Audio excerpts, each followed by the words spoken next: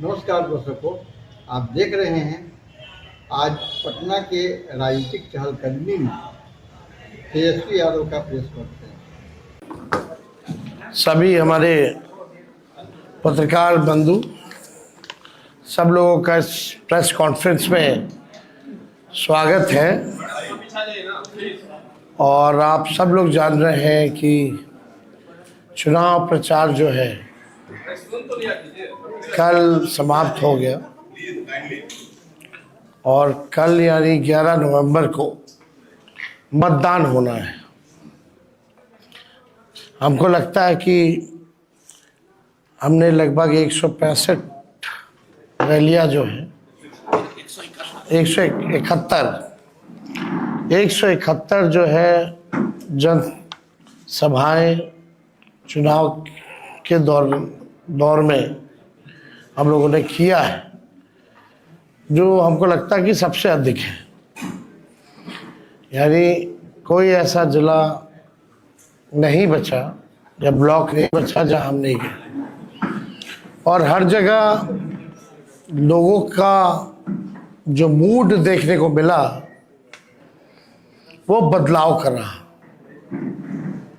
बढ़ चढ़ करके, चाहे कोई जात के भाई हो, कोई वर्ग के हो, कोई धर्म के हो, सब लोगों ने पहले चरण में जो है मतदान किया।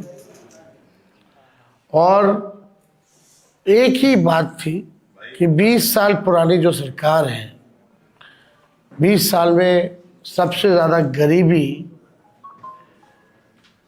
पलायन, बेरोजगारी, ना कारखाना, ना फैक्ट्री, ना उद्योग, ना धंधा, सबसे ज़्यादा पलायन, शिक्षा चिकित्सा चौपट, प्रति व्यक्ति आय में सबसे पीछे बिहार। यानी आप कह सकते हैं कि बिहार के लोगों का ये कहना है कि 20 साल राज करने के बाद भी एनडीए ने बिहार को सबसे अंतिम पायदान पर लेकर के गए। बल्कि 20 साल में डबल इंजन चाहती तो बिहार को नंबर 1 स्टेट बना सकती थी। 11 साल केंद्र में, 20 साल राज्य में। लोग जो है बड़ी संख्या में लोगों ने पलायन किया है बिहार से, 4-5 करोड़, पढ़ाई के लिए, कमाई के लिए, दवाई के लिए लोगों को जो है बाहर जाना पड़ता है। अब बिहार के लोगों को है कि आगे बढ़ना है। अब बिहार के लोगों को सुख सुविधा बिहार में चाहिए। कोई परिवार बिछड़े ना, केवल होली और छठ में ना मिले, बल्कि जिंदगी भर जो है साथ रहे। और बिहार में पढ़ाई, दवाई, कमाई की व्यवस्था हो, उद्योग धंधे, फैक्ट्री लगे, फूड प्रोसेसिंग यूनिट लगे। लोग अब ये चाहते हैं। इसलिए मेरा कहना है कि 171 जो हम लोगों ने रैलियां की पूरे बिहार में, एक सुर से एक आवाज आ रही थी कि इस बार बदलाव चाहते हैं, परिवर्तन चाहते हैं। और पहले लोगों ने इस आधार पे वोट किया। अब आपको हम बताना चाहेंगे कि बिहार के लोग जो है इस बार इतिहास रचने जा रहे हैं और इस बार नौकरी वाली सरकार लाने जा रहे हैं, कलम राज को लाने जा रहे हैं। अब बिहार केवल सुर्खियों में नहीं रहेगा, बल्कि अब बिहार सफलताओं में गिना जाएगा। बिहार जो है सबसे विकसित राज्य जो है वो बनेगा।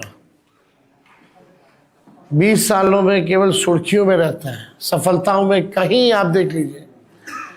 इवन सदन में भी भाजपाओं के नेताओं से, एनडीए के नेताओं से, मुख्यमंत्री जी से, दो बेकार के जो उप मुख्यमंत्री हैं उनसे हमने पूछा कि एक काम बता दो जिसमें बिहार पूरे देश में नंबर 1 हो। किसी के पास जवाब नहीं। सदन की बात बता रहे, कई बार हमने पूछा, किसी के पास कोई जवाब नहीं था। लेकिन अब जो है 14 तारीख के बाद बिहार जो है सफलताओं में गिना जाएगा। सबसे विकसित राज्यों में बिहार जो है गिना जाएगा, जहाँ फूड प्रोसेसिंग यूनिट्स लगेंगे, जहाँ एग्रो बेस्ड इंडस्ट्री लगेगी, जहाँ पढ़ाई, दवाई, कमाई, सिंचाई की अच्छी व्यवस्था होगी, जहाँ आईटी हब होगा, एजुकेशनल सिटीज़ होंगे, सुपर स्पेशलिटीज़ हॉस्पिटल बनेंगे और किसी बिहारी भाई को दूसरे राज्य ना जाना पड़े, ऐसा बिहार जो है हम लोग बनाएंगे।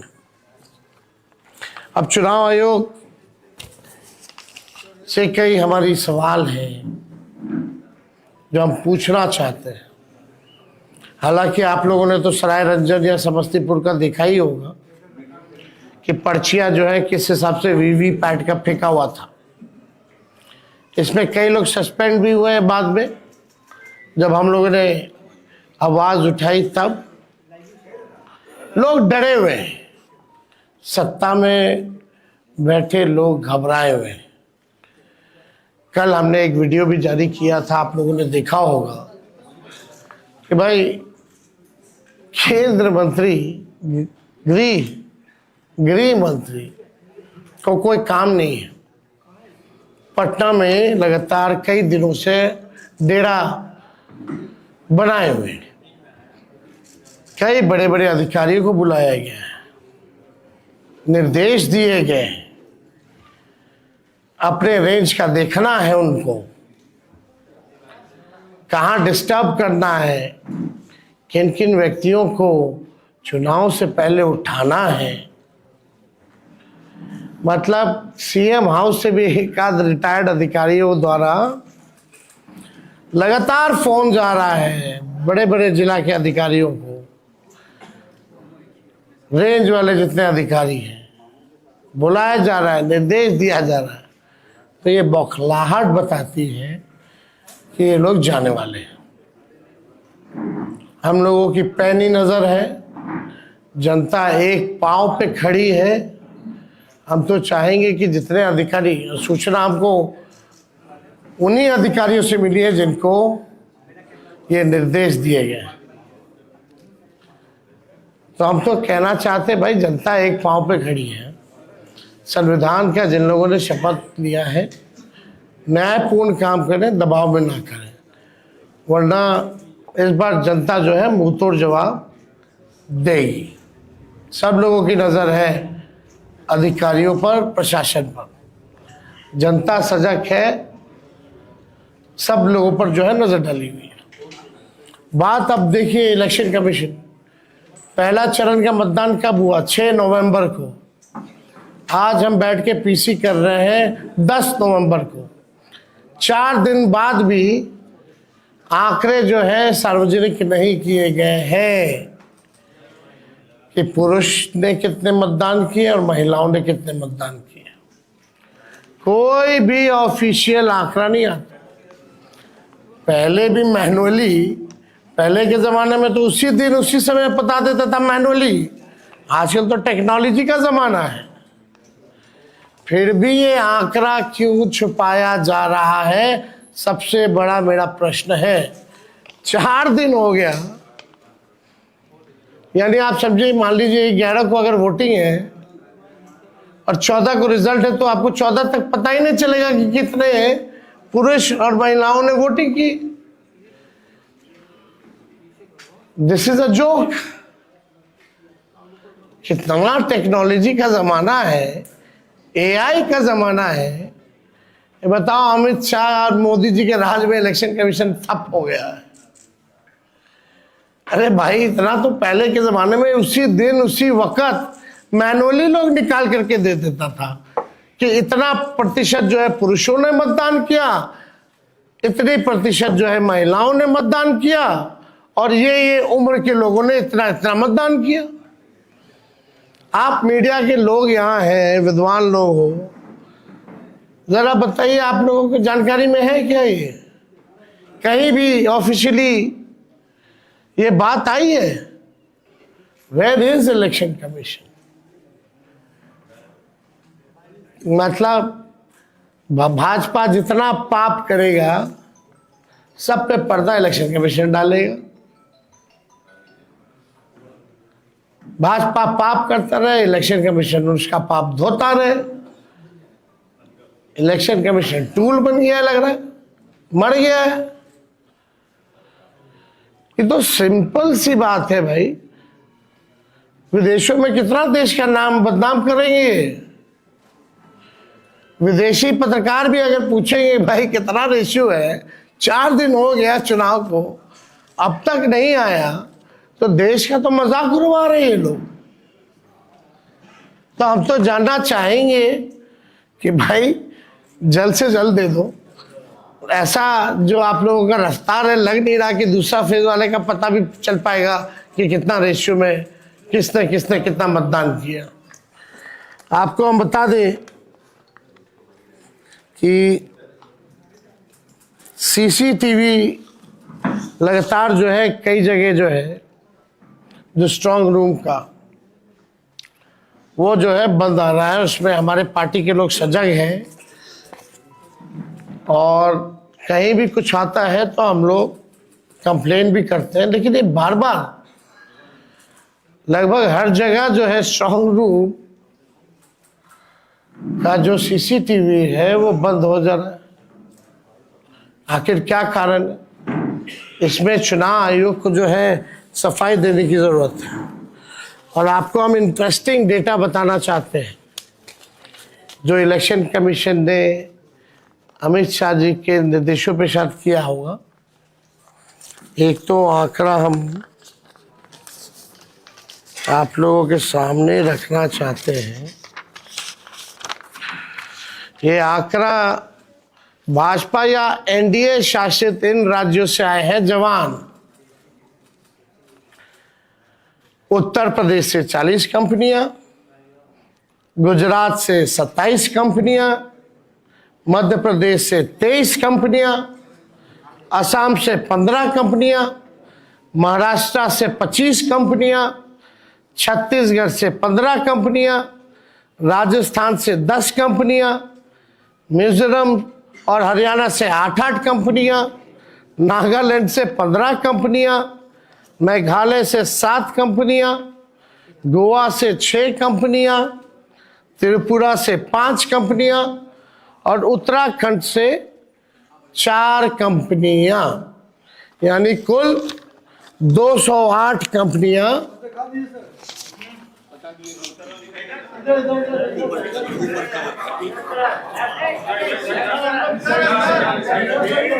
अल्लाह। चलिए देखिए, यानी 208 कंपनियां भाजपा शासित राज्यों से उनकी पुलिस आई है।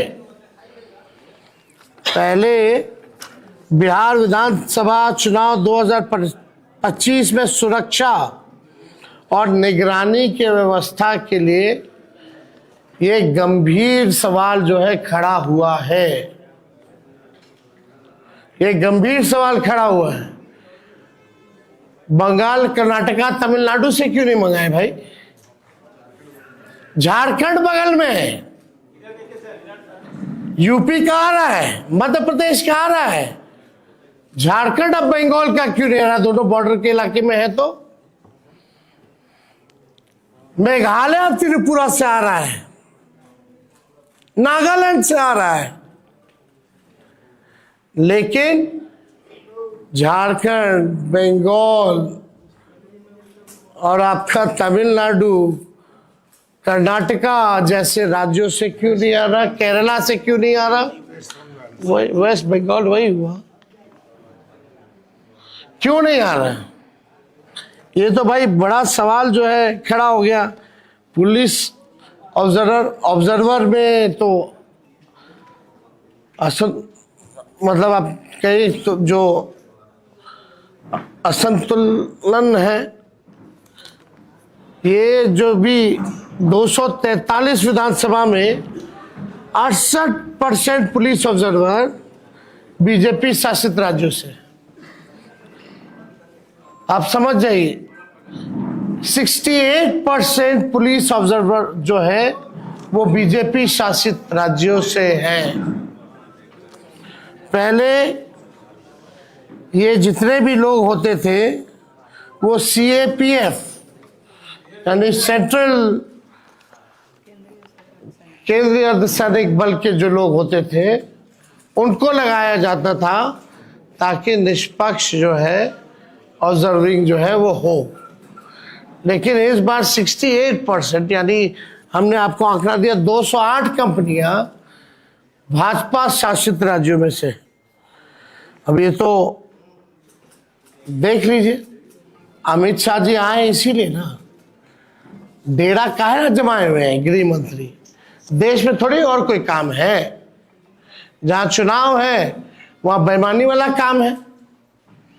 पूरा धन बल छल कपट सब लगा रहे, कोई चीज का कमी नहीं छोड़ रहे। लेकिन फिर भी ये अमित शाह बिहार को उपनिवेश बनाना चाहते हैं, बाहरी लोग कब्जा करना चाहते हैं, बिहारी होने नहीं देगा। इस बार करारा जवाब मिलेगा, जनता से अब मिल रहा है। ये लोग बौखलाहट में इस तरह का काम कर रहे हैं क्योंकि इनको पता है कि ये लोग जो है जाने वाले हैं। अब सवाल देखिए, मोदी शाह जी ने बिहार को जितना बदनाम किया, जो बात बिहार के बारे में बोल रहे हैं, क्या वो गुजरात के बारे में ऐसा बोल सकते हैं? गुजरात में क्या क्या बातें करेंगे, वो फैक्ट्री की बात करेंगे, उद्योग की बात करेंगे, और यहाँ अगर उनकी पूरी भाषा और पूरा वाक्य देखिएगा या शब्दों का चयन देखिएगा तो नेगेटिव, नकारात्मक।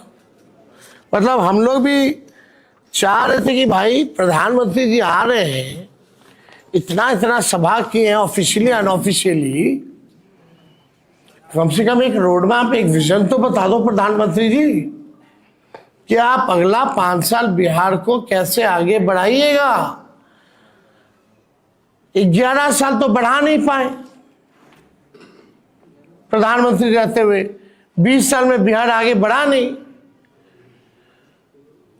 अब जो है जुमलेबाजी और तरह तरह के गाने फाने जो है गा रहे, कोई मतलब नहीं है। प्रधानमंत्री आजकल लगता है कि भाई पता नहीं कौन सा वेब सीरीज देख रहे हैं भाई। इतना फुर्सत का समय प्रधानमंत्री के पास, कौन सा वेब सीरीज प्रधानमंत्री देख रहे हैं समझ में नहीं आ रहा। तेजस्वी यहाँ कलम बांटता, नौकरी बांटा, आपको नजर नहीं आया प्रधानमंत्री जी? हाँ, प्रधानमंत्री जी ने जितना इनको सम्राट चौधरी, दिलीप जायसवाल, मंगल पांडे का भ्रष्टाचार और फर्जीवाड़ा नहीं दिखा, क्या सवाल प्रधानमंत्री जी इन लोगों से किया? नहीं करेंगे ना। सम्राट चौधरी ने क्या क्या किया है भाई, दिलीप जायसवाल जी का क्या क्या है, मंगल पांडे का क्या क्या है, अशोक चौधरी वगैरह लोग छोड़िए, कितना ऐसा लिस्ट हम लोग गिनाएंगे। कोई सवाल तो नहीं करता इन लोगों से प्रधानमंत्री जी। और आपको तो बिहार के दुर्दांत अपराधियों के साथ मंच साझा किया। क्या प्रधानमंत्री की नजर हुल्लास पांडे, मनोरमा देवी, आनंद मोहन, सुनील पांडे, राजवल्लभ, अनंत सिंह साधु महात्मा लगते हैं? ये प्रधानमंत्री को बताना चाहिए, क्या वो साधु महात्मा है? ये लोग मंच साझा कर रहे थे। और तो और छोड़िए, सृजन घोटाले वाले मुख्य आरोपी विपिन शर्मा का विशेष पास बनवा कर करके उन्होंने एयरपोर्ट पर बुला करके पीठ ठोका है। आप समझ जाओ, वाह रे वाह प्रधानमंत्री जी, कथनी और करनी में कितना अंतर है। थोड़ा सा भी तो लज्जा आना चाहिए कि बोल क्या रहे हैं, कर क्या रहे हैं। थोड़ा सा अपना पुराना भाषण ही बिहार का पढ़ लीजिए। आपको तो बिहार आने में शर्म आना चाहिए था, फिर भी आपने जो है कोई मर्यादा नहीं रखी। सृजन घोटाले वाले विपिन शर्मा को बुला के पीठ ठोक रहे हो भाई, जो मुख्य आरोपी है, विशेष पास बनवा करके। आनंद सिंह, हुलास पांडे, राजबल, मनोरमा देवी, आनंद मोहन, सुनील पांडे बड़े अच्छे लोग हैं। ये लोग तो कुछ चलाते नहीं हैं, मिलता नहीं है ना। ये लोग तो भोलेनाथ पे दूध चढ़ाते हैं, है ना। वही है, भाजपा में जाओगे तो पाप धुल जाएगा। गंगा जी में नहाइएगा, गारंटी नहीं है कि भैया पाप धुले कि ना धुले, लेकिन आस्था हम लोगों की है गंगा जी के प्रति। लेकिन ऐसे ऐसे लोगों की आस्था गंगा जी से ज्यादा मोदी जी और अमित शाह में है। कुछ करेंगे, पाप धुलने की गारंटी जरूर है। यही हो रहा है। अब हम क्या क्या हम बोले, अब तो हमको तो बोलना भी ठीक नहीं लगता। अब बताइए, 30,000 करोड़ रुपया चुनाव में रिश्वत दी गई, 10-10 हजार रुपया, टोटल कितना? 30,000 करोड़। चुनाव आयोग मौन, चुनाव के दिन भी खाते में आ रहा है पैसा 10,000। ये रिश्वत नहीं है तो और क्या है भाई? फिर भी जनता इनको करारा जवाब दे रही है। क्या इन लोगों ने नहीं किया इस पूरे चुनाव में? दिल्ली में 1 साल हो गया, दिल्ली में क्या क्या वादा इन लोगों ने किया था? महिलाओं का पैसा नहीं दिया अब तक। अमित शाह ने कहा कि भाई यूपी चुनाव में उन्होंने कहा था कि भाई दिवाली और होली पर सिलेंडर जो है मुफ्त में दिया जाएगा। जरा जाके यूपी वालों से पूछो बगल में कि सिलेंडर मुफ्त में मिला कि नहीं मिला। और इन लोगों ने रिश्वत जो दी है वो तो कर्जा है, वो तो ये लोग इंटरेस्ट के साथ लेंगे। लेकिन तेजस्वी जो माई बहन मान योजना के तहत देगा, 14 जनवरी का तारीख आप लोग याद रखिए, सरकार तो हम ही लोग बना रहे हैं। माई बहन मान योजना के तहत मकर संक्रांति दही चूड़ा वाले दिन अपने माताओं और बहनों के खाते में 30,000 रुपया डाला जाएगा। और ये आर्थिक न्याय के तौर पे महंगाई से सामना करने के लिए उनको सहयोग राशि दिया जाएगा। और ये निरंतर जो है ये प्रक्रिया चलती रहेगी, हर महीने चलता रहेगा। उसलिए 1 साल का एक साथ 30,000 रुपया हम लोग दे रहे हैं, यानी महीने का 2,500 के हिसाब से 12 महीने का 30,000। तो ये हम लोग तो करेंगे ही करेंगे। लेकिन आप देखिए स्थिति जो है क्या से क्या हो गया है। अब पूरे विश्व में नरेंद्र मोदी ने बिहार और बिहारियों को गाली दिलवाने का काम किया। लगता है प्रधानमंत्री जी आजकल असला बारूद और तोप खाने वाले डिक्शनरी पढ़ रहे हैं। और हमने पहले भी कहा कि भाई हो सकता है कि वेब सीरीज भी देख रहे होंगे। प्रधानमंत्री जी को नौकरी, रोजगार, विकास की बात करनी चाहिए। ये हम लोग जो है चाहते हैं कि भाई कम से कम इस पे हम लोगों ने कोई बात नहीं सुनी कि प्रधानमंत्री जी ने क्या बात की। देखिए साफ तौर पे हम लोग जब आएंगे तो जिस परिवार के पास सरकारी नौकरी नहीं है उस परिवार में एक सरकारी नौकरी हम लोग दिलाएंगे। हर जात हर धर्म में बेरोजगारी है। इसका मतलब ये है कि हर जात हर धर्म में नौकरियां मिलेंगी। तेजस्वी सबको साथ लेकर के चलेगा। माई बहन मान योजना का हमने बताया। जीविका दीदियों को मानदेय 30,000 रुपया किया जाएगा, स्थायी किया जाएगा। जो समूह है, जो कैडर है, जो दिन रात काम कराती है सरकार, उनके लिए, अन्य जीविका दीदियों के लिए, कैडर समूह के लिए 2,000 मानदेय। और जो इंटरेस्ट जो लेती है, देना पड़ता है हमको, वो इंटरेस्ट जो है माफ किया जाएगा। और 5 लाख रुपए का बीमा हम लोग कराएंगे। इससे पहले हम लोगों ने ओल्ड पेंशन स्कीम जो है ओपीएस, वो हम लोग लागू करेंगे। ओपीएस को लागू किया जाएगा। जो अभ्यर्थी जो बहाली के लिए होंगे उनका फॉर्म जो है जीरो निःशुल्क फ्री कर दिया जाएगा, फॉर्म फीस नहीं लगेगा। जो भी आपके किसान हैं सिंचाई के लिए बिजली का इस्तेमाल करते हैं, वो बिजली जो है उन किसानों के लिए मुफ्त जो है वो की जाएगी। जो जनप्रतिनिधि हैं,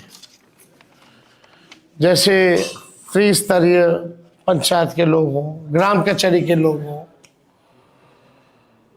इन सब का जो है पेंशन भी मिलेगा और इन सब लोगों को जो है हम लोग जो मानदेय जो है दुगना हम लोग करने का काम करेंगे। टैक्स वगैरह जो हो गए उन लोगों को जनप्रतिनिधि का दर्जा हम लोग जो है देंगे। तो हम लोग कई ऐसी योजनाएं, बेटी योजना हो, माँ योजना हो, ये सब योजनाओं को हम लोग जो है लागू करेंगे। आरक्षण को हम लोग जो है, इन लोगों ने तो ख़त्म कर दिया, भाजपा के लोगों ने, हम लोग जो है आरक्षण को लागू करेंगे। बढ़ाने की ज़रूरत हो तो बढ़ाया भी जाएगा और शेड्यूल लाइन के लिए फिर से भारत सरकार को हम लोग सिफारिश करेंगे। तो और भी बहुत सारी चीज़ें हैं। अब आप लोगों को बता दें कि भाई लॉ एंड ऑर्डर के मामले में तेजस्वी कोई कॉम्प्रोमाइज जो है नहीं करेगा।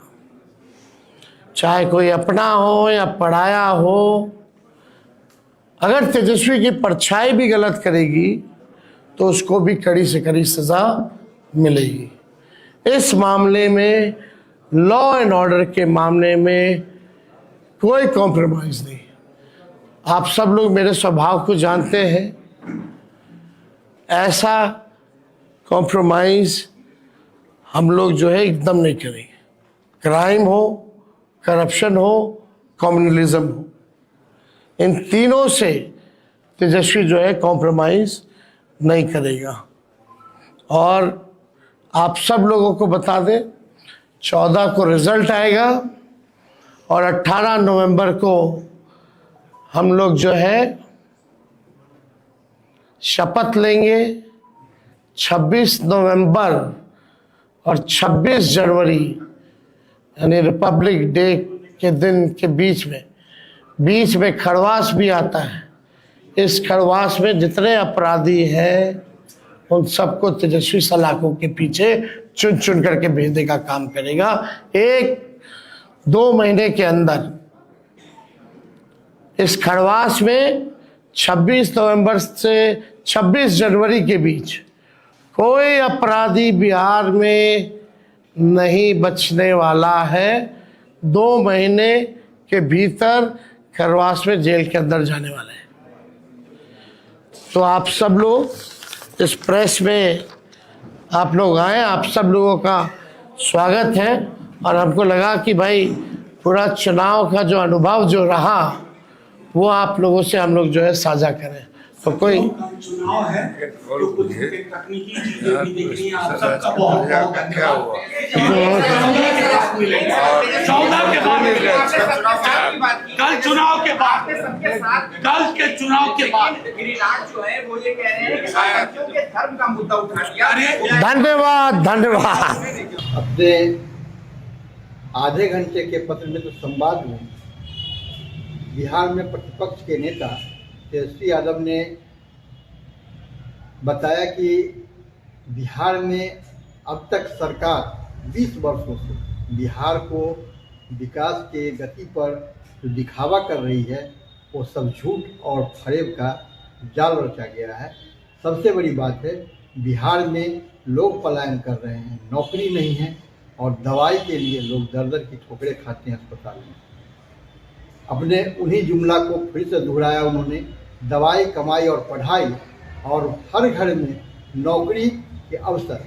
इसके साथ ही उन्होंने कहा कि भ्रष्टाचार को दूर करने के लिए और अपराधियों को चुनाव के बाद शासन में आते ही 18 से 26 तारीख के बीच में एक बड़ी कार्रवाई होगी और सब सारे अपराधी जेल के अंदर होंगे। आनंद नमन,